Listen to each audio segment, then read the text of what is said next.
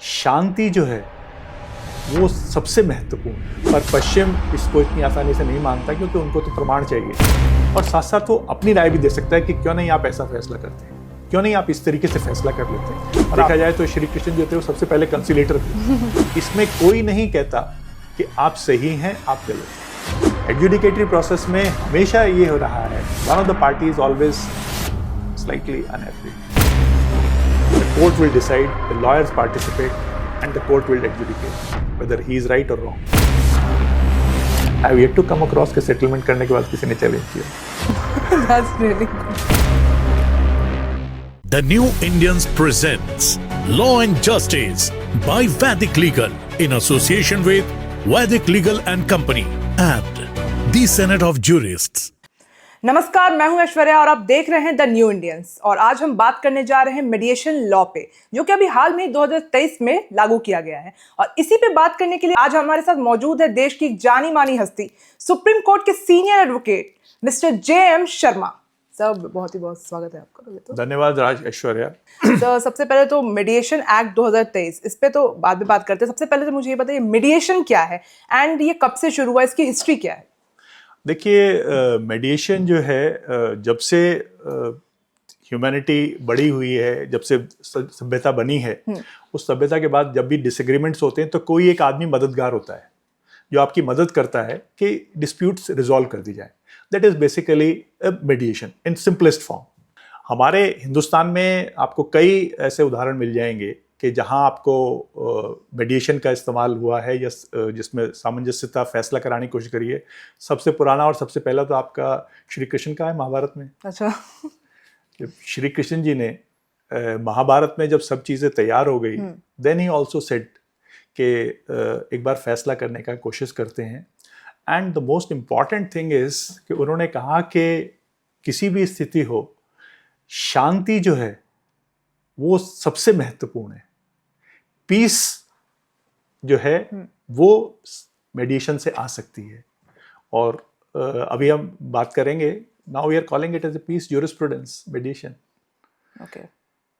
उसके बाद एक दो किस्से और मिलते हैं, बट आपके लिए मैं बताऊं कि गौतम बुद्ध ने मेडिएशन किया था। क्या कहानी थी? गौतम बुद्ध ने, दो राजा थे, उनके बीच में नदी के जल को बंटवारे को लेके आपस में दोनों के बीच में युद्ध होने की स्थिति आ गई थी।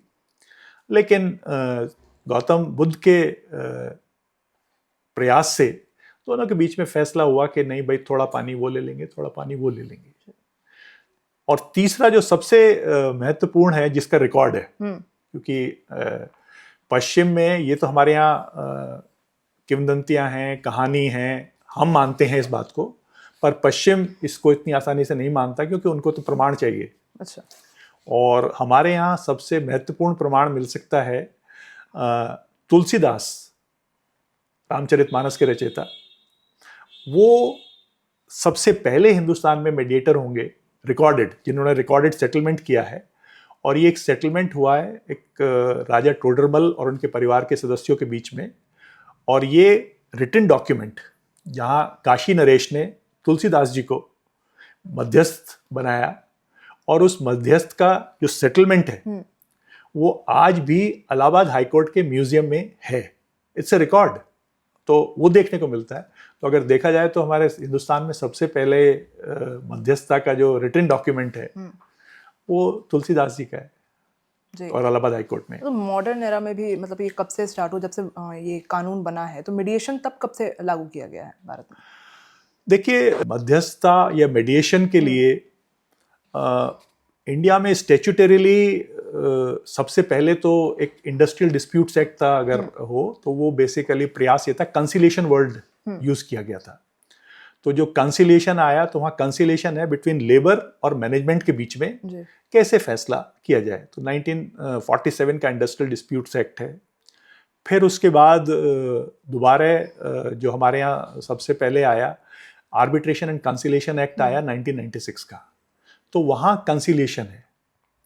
और फिर 89 सीपीसी में हमारा जो पुराना जो सीपीसी है, सिविल प्रोसीजर कोड, उसमें एक सेक्शन 89 है। सेक्शन 89 स्पेसिफिकली ये कहता है कि जो भी ऑल्टरनेट डिस्प्यूट रेजोल्यूशन के प्रयास किए जाएंगे, जिसमें उन्होंने आर्बिट्रेशन दिया, कंसीलिएशन दिया और मेडिएशन दिया। तो मेडिएशन का देखा जाए तो शब्द पहली बार वहां आया। कंसीलिएशन और मेडिएशन में थोड़ा सा अंतर है, थोड़ा सा अंतर है। जो अंतर है वो बेसिकली ये है कि आर्बिट्रेशन और कंसीलिएशन एक्ट में जो भी कंसीलिएटर होता है वो प्रयास करता है दोनों पक्षों के बीच में फैसला कराने के लिए, और साथ साथ वो अपनी राय भी दे सकता है कि क्यों नहीं आप ऐसा फैसला करते, क्यों नहीं आप इस तरीके से फैसला कर लेते, और आपके लिए कि ये फैसला क्या होगा। वो फैसला दोनों के लिए, दोनों पक्ष माने या नहीं माने, वो बात दिखी जा सकती है। देखा जाए तो श्री कृष्ण जो थे वो सबसे पहले कंसीलेटर थे। कंसीलेटर थे, उन्होंने प्रपोज दिया था कि अगर मेरे को 5 इनको गांव ही दे दीजिए तो ये सेटलमेंट हो जाएगा। लेकिन वो नहीं मानेंगे, नहीं पूरी बात हुई। मेडिएशन में जो मेडिएटर है वो दोनों पार्टीज की बातें सुनता है और सिर्फ वो फैसिलिटेट करता है, दोनों को प्रयास करता है अलग अलग समझाने की, बात करने की, कि वो दोनों आपस में किसी एक समझौते के उस पर आ जाए और वो समझौता उनसे निकल के आए। Only A facilitator. मेडिएशन is a basically A facilitation providing the parties to arrive at a amicable settlement. Okay. While in conciliation, the conciliator, apart from facilitating, he can always give him his own proposals also. But in mediation, it should not be there. What about arbitration? Like ये भी एक alternative है, ADR का part ही है। तो major difference in mediation, arbitration ये कब लिया जाए, मतलब कब करे जाते हैं? देखिए, you are right in asking. Arbitration, mediation और conciliation, all three are part of ADRs, alternate dispute resolution. जो courts हैं, courts are basically adjudicating authority. Arbitration fall करता है adjudicating system पे, जहाँ adjudicating system में ये कहा जाता है कि between dispute arise हुआ between A and B, और उसके बाद court ये तय करती है कि no A party is right, B party is wrong, और B party is right, A party is wrong. Arbitration is an informal system of court, but it is still an adjudicatory system. Okay. Arbitration में both parties agree and they say कि we appoint a person, maybe a retired judge or some other reputed person, to be an arbitrator. Arbitrator भी तय करता है, तो adjudicate करता है. Mediation और conciliation, they are not adjudicatory process. इसमें कोई नहीं कहता कि आप सही हैं, आप गलत हैं. ये सिर्फ मेडिएशन और कंसिलेशन में दोनों पार्टीज, मेडिएटर या कंसिलेटर प्रयास करता है कि दोनों पार्टी से कि वो एक सेटलमेंट पे अराइव कर लें, आ जाएं, मिल के बैठें और एक फैसला कर लें किसी भी समस्या का समाधान के लिए। तो ये एडजुडिकेटरी सिस्टम है, ये फैसला कराने के लिए। तो ये दोनों में एक मेन डिफरेंस है। भले ही आर्बिट्रेशन इनफॉर्मल है, लेकिन है वो एडजुडिकेटरी। तो जैसे आर्बिट्रेशन में न्यूयॉर्क कन्वेंशन की बात होती है, तो वो मेडिएशन में क्रॉस बॉर्डर सिंगापुर कन्वेंशन है, इसके बारे में कुछ बता सकते हैं? Oh, that's a very good question. In fact arbitration तो बहुत पुराना सिस्टम है, बहुत पुराना प्रोसेस ऑफ जुडिशियल प्रोसेस है, एडजुडिकेटिंग प्रोसेस है। ये throughout the world it was being followed. 1958 में एक न्यूयॉर्क कन्वेंशन हुई। न्यूयॉर्क कन्वेंशन ने सबसे पहले ये किया कि जो दो एंटिटीज, ए कॉर्पोरेट और B corporate, there could be an A person and a B person, they are living in different countries, jurisdictions. Say like A is living in India, B is living in US. तो both of them business, आज दुनिया जो है वो बिल्कुल एक गांव की तरह से हो गई है। इतना इंटरेक्शन एक दूसरे का हो गया है कि जाना आना, जिस तरीके से व्यापार होता है, आप सामाजिक एक्सचेंजेस होते हैं, रिश्ते बनते हैं, शादी ब्याह जो भी कुछ है, उसके बाद उनमें जब भी डिसएग्रीमेंट होता है तो उसमें आर्बिट्रेशन में न्यूयॉर्क कन्वेंशन की महत्ता इसलिए बहुत इंपॉर्टेंट है कि जो भी आपने सेटलमेंट हुआ या जो भी आर्बिट्रेशन का एडजुडिकेशन हुआ वो दूसरे बॉर्डर्स पे होके भी एक्सेप्ट किया जाएगा। Every country will recognise. Now recently that is in I think 22 है 22 न्यूयॉर्क सिंगापुर कन्वेंशन है. सिंगापुर कन्वेंशन हुई, it is on Singapore convention on mediation. Singapore convention on mediation में India was a participant. India ने अभी तक ratify नहीं किया है, लेकिन अगर करीब 22-24 कंट्रीज ने रेटिफाई कर दिया है, तो they are part of it. अगर कोई भी दो पार्टीज मिलके आपस में एक सेटलमेंट करते हैं, भले वो दूसरे कंट्रीज में रहते हो, वो सेटलमेंट किसी भी कंट्री में, in any of the country, can be enforced as a decree, as an award, just like arbitration award है. तो वो सेटलमेंट जो है वो मान्यता प्राप्त होगा और वो किया जाएगा. तो सिंगापुर कन्वेंशन जो है वो मेडिएशन के लिए एक बहुत मील का पत्थर है. वर्ल्ड वाइड दुनिया भर में याद किया जाएगा जो आर्बिट्रेशन को प्रैक्टिस करते हैं. And it has opened a new avenue for young lawyers also. They can go for a mediation practice. Okay. तो सर मेडिएशन के ऑलरेडी गवर्निंग लॉज थे, तो फिर उसके लिए अलग से मेडिएशन एक्ट 2023 क्यों लाया गया? क्या एडवांटेजेस हैं इसके, आई मीन जब से ये लॉन्च किया है? देखिए, अभी तक जो 89 सीपीसी आया उसमें मेडिएशन खाली था जी, या आर्बिट्रेशन एंड कंसिलिएशन एक्ट था. तो मेडिएशन एज सच उसका कोई कोडिफाइड या स्टैट्यूटरी प्रोविजंस नहीं थे. इवन जब बिटवीन 96 टू 23 जब मेडिएशन एक्ट आया है, उससे पहले तक हम भी प्रयास से करते थे, पार्टीज के बीच में सेटलमेंट हुआ तो हम उनका आर्बिट्रेशन कंसिलिएशन एक्ट में सेटलमेंट करते थे, ना कि मेडिएशन में. नाउ अब मेडिएशन एक्ट आने के बाद mediation as a system, as a process has been recognised. और मेडिएशन में जो भी सेटलमेंट होगा, वो सेटलमेंट में ये मेडिएशन एक्ट सब चीजें देखता है. एक मेडिएशन काउंसिल बनेगी. मेडिएशन सेटलमेंट का जब कभी भी दो पार्टीज आपस में होंगे, एग्री करते हैं, तो वो एक रिक्वेस्ट करेंगे एग्रीमेंट से कि मेडिएटर अपॉइंट करते हैं. फिर उनका जो अवार्ड होगा, उस अवार्ड में that will be settlement will be known as a decree, that will be part of decree, and that can be executed just like in under arbitration and conciliation act. Okay, and अगर settlement होता है अगर दो parties के बीच में, तो ऐसा भी है कि अगर एक पार्टी अग्री नहीं करे तो वो विड्रॉ कर सकता है खुद को? Yes, ये absolutely I think Aishwarya, you have put a very good question. ये मेडिएशन की सबसे महत्वपूर्ण बात है जो और किसी में नहीं है.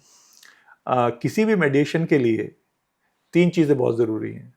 एक तो कॉन्फिडेंशियलिटी, कि जो भी वहाँ उस पर सेटलमेंट होगा वो कॉन्फिडेंशियल रहेगा. दूसरा, जो भी पार्टी, ये सेटलमेंट में पार्टीज जो हैं उन पे फोकस है, प्राइमेसी उन पे है. इन are judicial process, if you consider it just in a judicial process, the case is being filed in a court of law. Client comes, he gives handover papers to the counsel.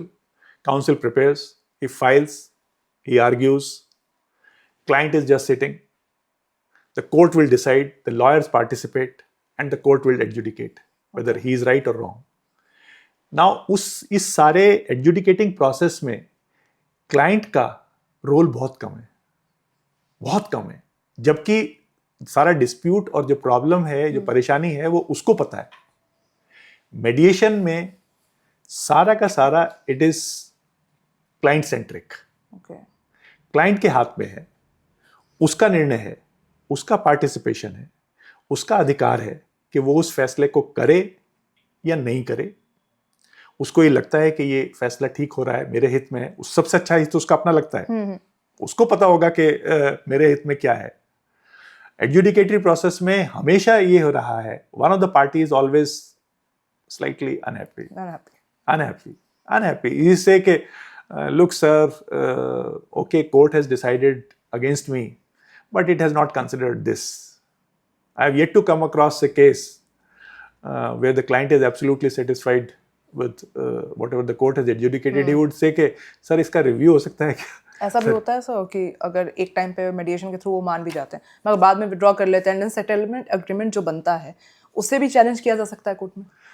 Look, challenge किया जा सकता है, इसमें दो राय नहीं, option है. क्योंकि challenge इसलिए किया जाता है कि कभी भी फ्रॉड हुआ हो, किसी के साथ धोखा हो गया हो, या उसको पूरी बातें नहीं बताई गई हो, उसको पूरा समझ नहीं गया हो, तो वो फ्रॉड के उस पर कहता है. मेडिएशन एक्ट में भी ये प्रोविजन है. बट मुझे भी करीब 20 साल के करीब हो गए मेडिएशन करते हुए. I have yet to come across के सेटलमेंट करने के बाद किसी ने चैलेंज किया.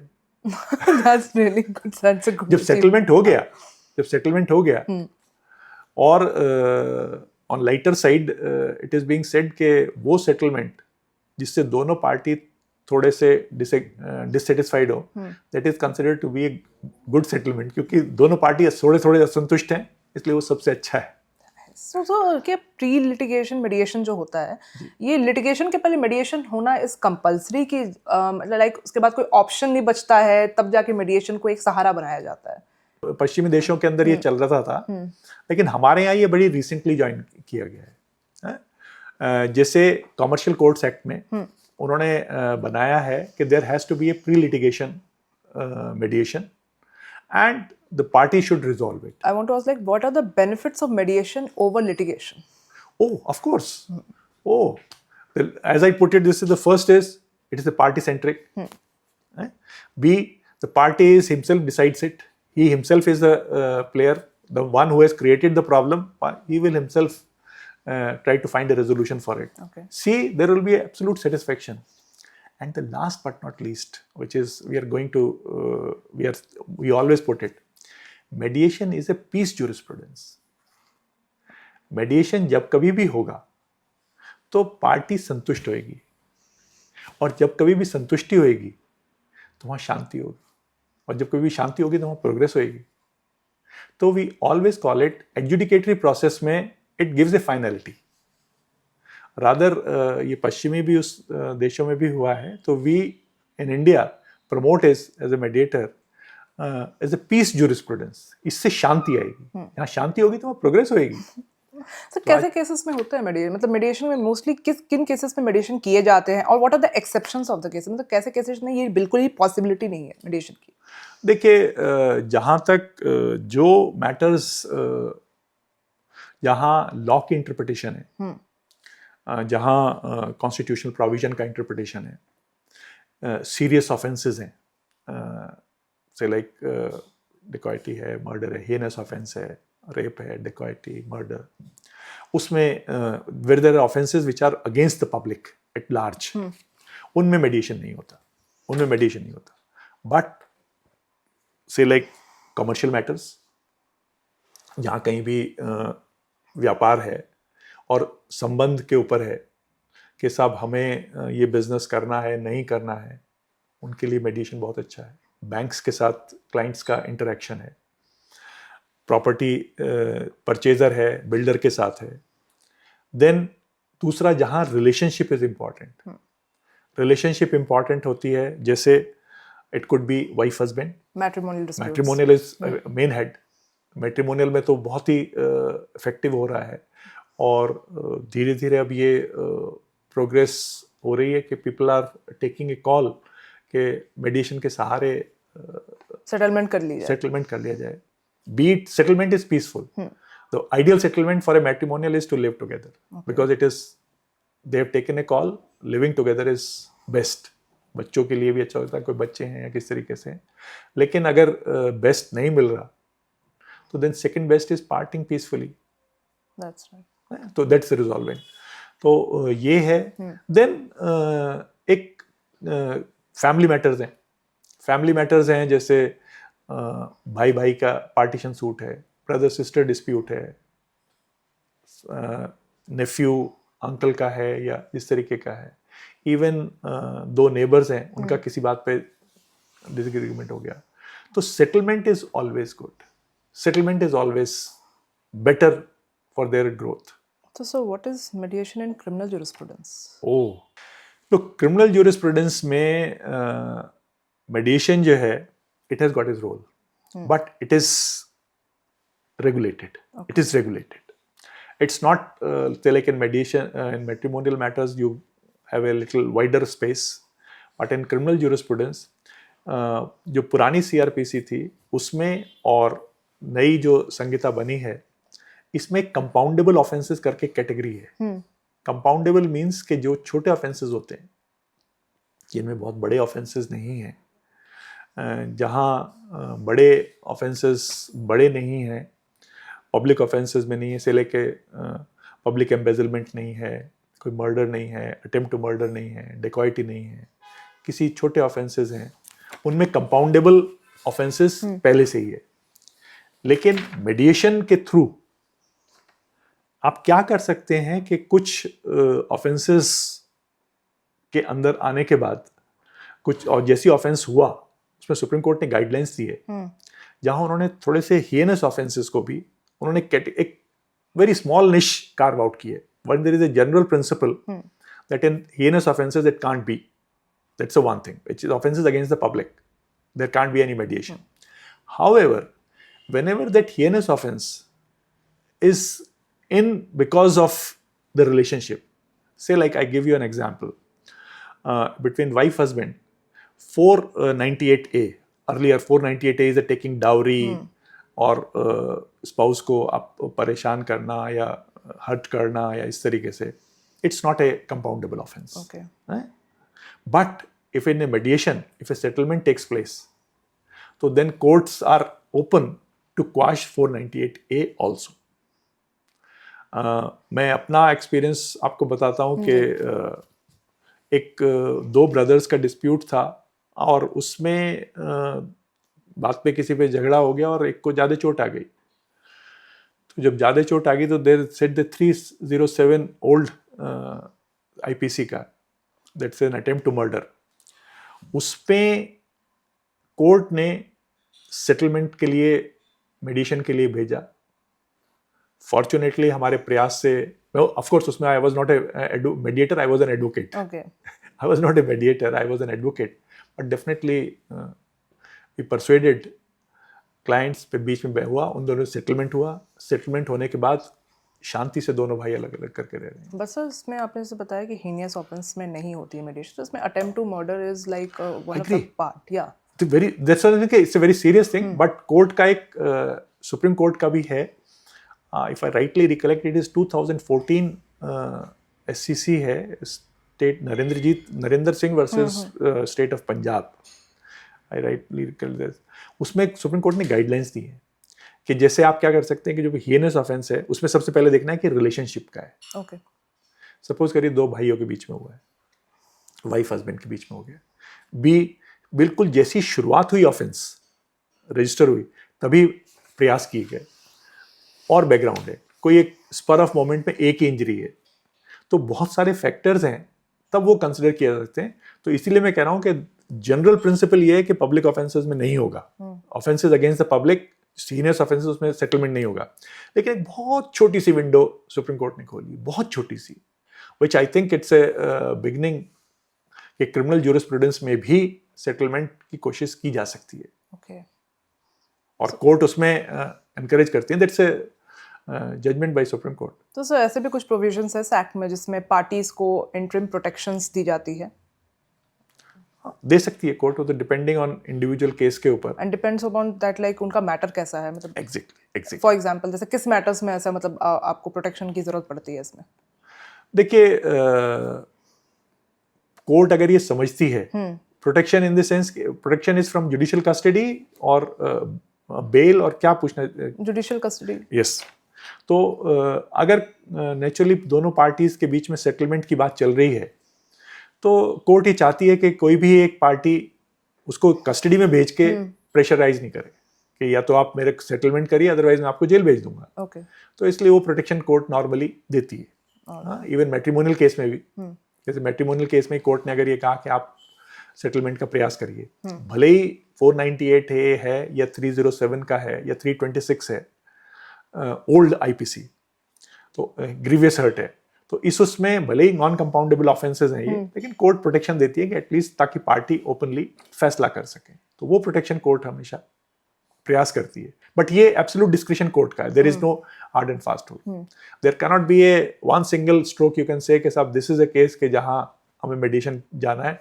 मेडिएशन should not be used as an escape route also, तो वो नहीं इस्तेमाल होना चाहिए। ऑलराइट, सो जैसे आपने कहा कि ऑलमोस्ट 20 ईयर्स से आप एज अ मीडिएशन में हैं, तो सर मीडिएटर अपॉइंट कौन करता है, आई मीन क्या, और इसके टर्म्स क्या होते हैं, like who can appoint a mediator, mediator कौन बन सकता है, and what is the work mainly, आप इसके बारे में बताइए।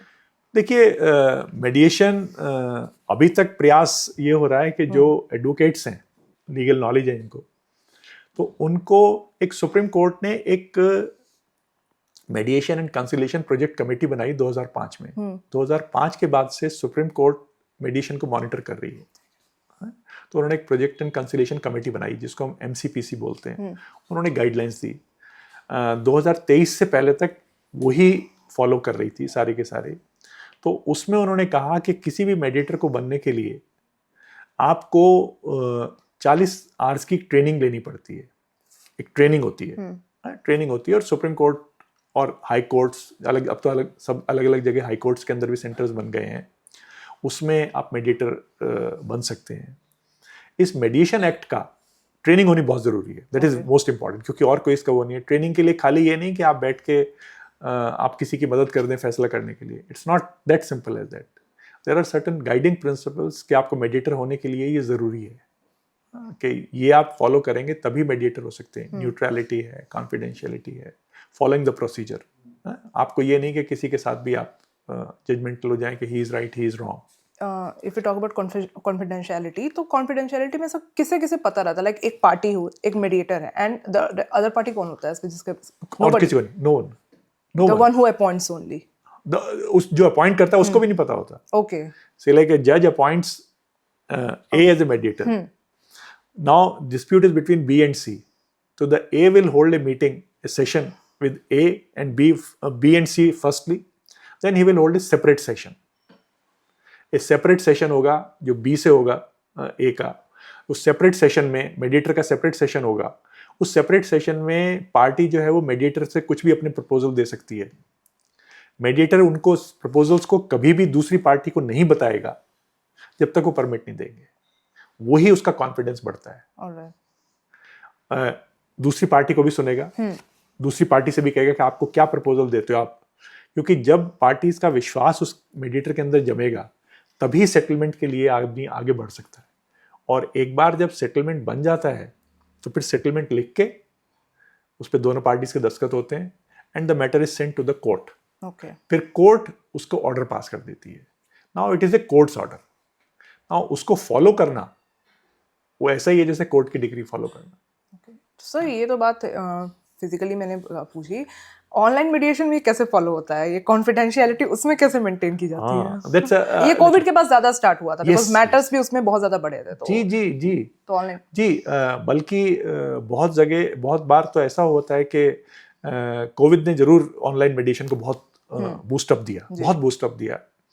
बल्कि देखा जाए नॉट ओनली मेडिएशन को ही बल्कि कोर्ट की प्रोसीडिंग्स में भी ऑनलाइन सब कुछ स्टार्ट ऑनलाइन हो गया। बहुत समय से प्रयास हो रहा था कि सुप्रीम कोर्ट की और लाइव स्ट्रीमिंग हो या वर्चुअली होने लगे। आज हिंदुस्तान भर में सुप्रीम कोर्ट के प्रयास के बाद से सुप्रीम कोर्ट तो बहुत एक्टिवली हो गई है, हाई कोर्ट्स बहुत एक्टिव हो गई हैं, कुछ मेट्रोपॉलिटन सिटीज़ में डिस्ट्रिक्ट कोर्ट्स भी वर्चुअल हो गई हैं। कुछ जगह प्रयास चल रहा है, धीरे धीरे कर रहा है, लेकिन एक माइंडसेट जो है वो एक्सेप्टेबिलिटी मिल गई है। Now, whenever there is a virtual, with regard to mediation proceedings, whenever there is a virtual meeting, तो virtual में क्या करते हैं हम, हमेशा उसके एक norms होते हैं। We always say कि A, you have to fill up a form. A, you will not record it. A, you cannot use it elsewhere. Okay. क्योंकि फिजिकल वाले में तो फिर भी हमारे आपकी कन्वर्सेशन के बीच में हम एक रूम के अंदर हैं। जब आप वर्चुअल कर रहे हैं तो the other party can always record it, it is not under your control. तो we always ask a undertaking होती है कि we will not use this virtual conference before anybody. Then क्या करते हैं, अब ऐसी टेक्नोलॉजी आ गई है कि जिसमें आप क्या करते हैं कि एक पार्टी से अगर सपोज करिए आपको सेपरेट सेशन करना है तो सेपरेट सेशन के लिए दूसरी पार्टी को आप वेटिंग में डाल देते हैं। कुछ हमारे मेडिएटर्स हैं जो अभी भी ओल्ड स्कूल ऑफ थॉट को फॉलो करते हैं, वो कहते हैं कि आप लॉग आउट ही कर लीजिए, हमारा कॉन्फिडेंस तभी बढ़ेगा। अच्छा, मतलब एक पार्टी को फिर हटने कह देते हैं और फिर कहते हैं कि दोबारा उसको फिर दोबारा बुला लेंगे। तो फिर मेडिएशन कैसे हुआ सर, अगर एक पार्टी से बात ही नहीं हो रही है तो? नहीं, क्या करते हैं, मेडिएशन में एक हमारा सेपरेट सेशन होता है। ओके, जब भी सेपरेट सेशन होगा तो सेपरेट सेशन की दो टेक्नोलॉजी हैं। एक टेक्निक तो ये है कि उसको वेटिंग रूम में भेज देते हैं, बट मेडिएशन तो हिंदुस्तान भर में सब जगह हो रहा है।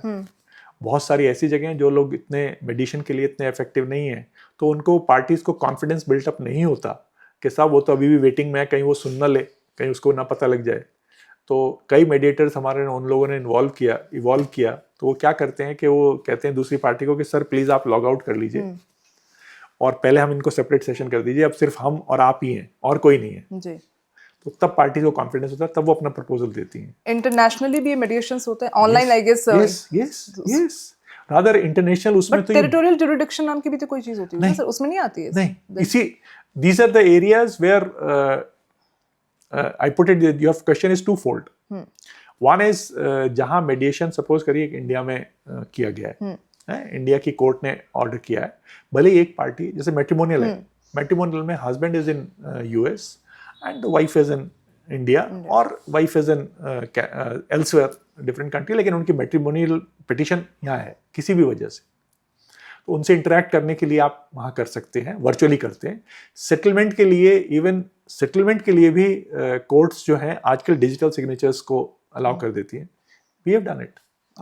तो वहाँ से ऑथेंटिकेशन मंगा लेते हैं, हम कॉमर्शियल मेडिएशंस कर रहे हैं, उस कॉमर्शियल मेडिएशन में सेटलमेंट हुआ, वो क्या करते हैं वहाँ से नोटरी ऑथराइज करके भेज देते हैं, डिजिटल सिग्नेचर कर देते हैं, somebody authorizes and that settlement becomes an effective। तो वर्चुअली तो बहुत ज़्यादा हो रहा है। दूसरा केस वो हो सकता है कि जहाँ पार्टीज अपने एग्रीमेंट से करती हैं और एग्रीमेंट करने के बाद वो ये कहती हैं कि साहब वर्चुअली किया जाए, तो वो भी कर सकते हैं, कोई दिक्कत नहीं होता है, बल्कि आज बहुत प्रचलित होते जा रहे हैं। जरूर। तो सर सुप्रीम कोर्ट का इंडिया में क्या इन्फ्लुएंस है मेडिएशन जूरिस्प्रूडेंस के थ्रू, मतलब के लिए, आई मीन, एंड कुछ केसेस भी है जैसे Salim advocate bar association versus union of India, हाँ, तो ये सारे सुप्रीम कोर्ट की मतलब इसके बारे में कुछ बता सकेंगे? हाँ, Salem is the first one जो सबसे पहले उन्होंने मेडिएशन किया जी, और एक दूसरा मेडिएशन में है जो माइलस्टोन कहा जाता है, वो है एफकॉन्स कंस्ट्रक्शन वाला, जहाँ उन्होंने जस्टिस रविंद्रन ने ये 2012 का है, if I rightly recollect, Afcons construction का, तो उन्होंने पैरामीटर्स दिए कि कब मैटर्स में कर सकते हैं, कब मैटर्स में नहीं आ सकते, सेटलमेंट कहाँ कर सकते हैं। तो एफकॉन्स और सेलम में दे आर द लैंडमार्क, और धीरे धीरे ये प्रमोट होता जा रहा है जी। जैसे मैंने आपको Narendra versus state of Punjab का बताया, क्रिमिनल जूरिस्प्रूडेंस में जस्टिस सीकरी का जजमेंट है, तो उन्होंने कहा है कि क्रिमिनल जूरिस्प्रूडेंस में भी आप कर सकते हैं, क्या स्टेज हो सकती है।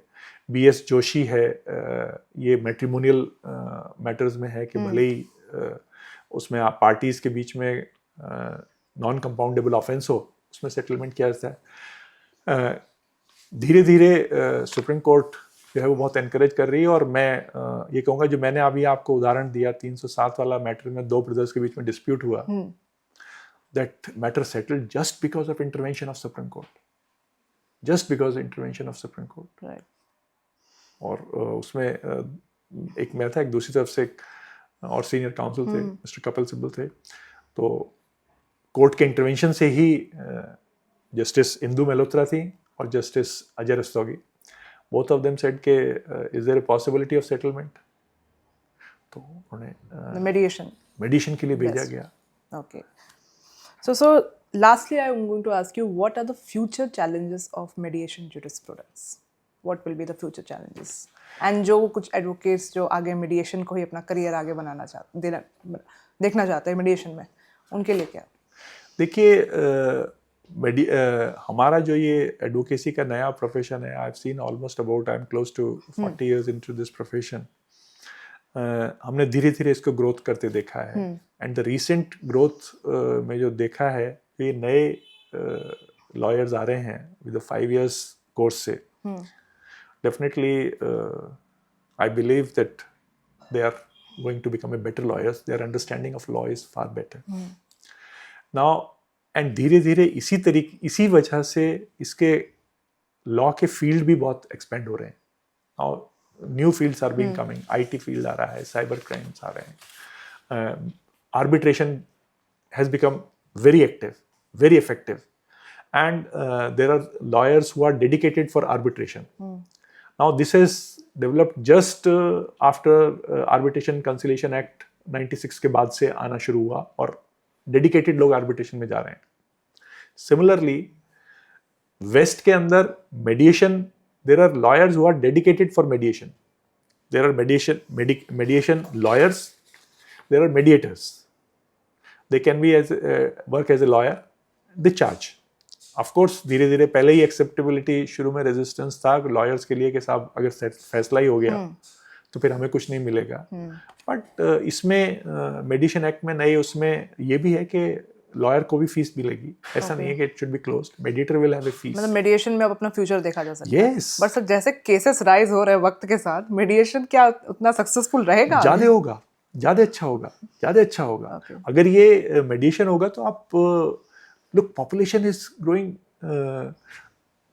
मल्टीफोल्ड. जिस तरीके से पॉपुलेशन ग्रोथ होगी तो so much will be the disputes and new avenues. 20 years back or 25 years when we came, tribunals का हमें बहुत ज़्यादा पता नहीं था. Now there is a separate arm forces tribunal, there is a separate NGT, there is a separate service tribunals. CAT अलग था और अलग कंपटीशन एक्ट है, आईबीसी एक्ट कोड आ गया अलग, एनसीएलटी आ गया, एनसीएएलटी आ गया. एनसीएएलटी में कंसिलेशन का और मेडिएशन का बहुत इंपॉर्टेंट वो दिया गया है. तो देयर आर डेडिकेटेड. जैसे किसको पता था आपसे 10 साल पहले कि आईआरपी भी कोई एक रेजोल्यूशन प्रोफेशनल भी कोई एक वो हो सकता था. ग्रेजुअली वो ग्रो कर रहा है. तो lawyers are coming up. For the lawyers in mediation also will go, and definitely I see as a great future for in the mediation. Thank you so much sir. मुझे लगता है इस interview के बाद आई गेस हमारे audience को बहुत फायदा होगा इस चीज़ से. And thank you for so much for giving us your precious time. Thank you, Aishwarya. Thank you so much, and thank you so much. Thank you so much.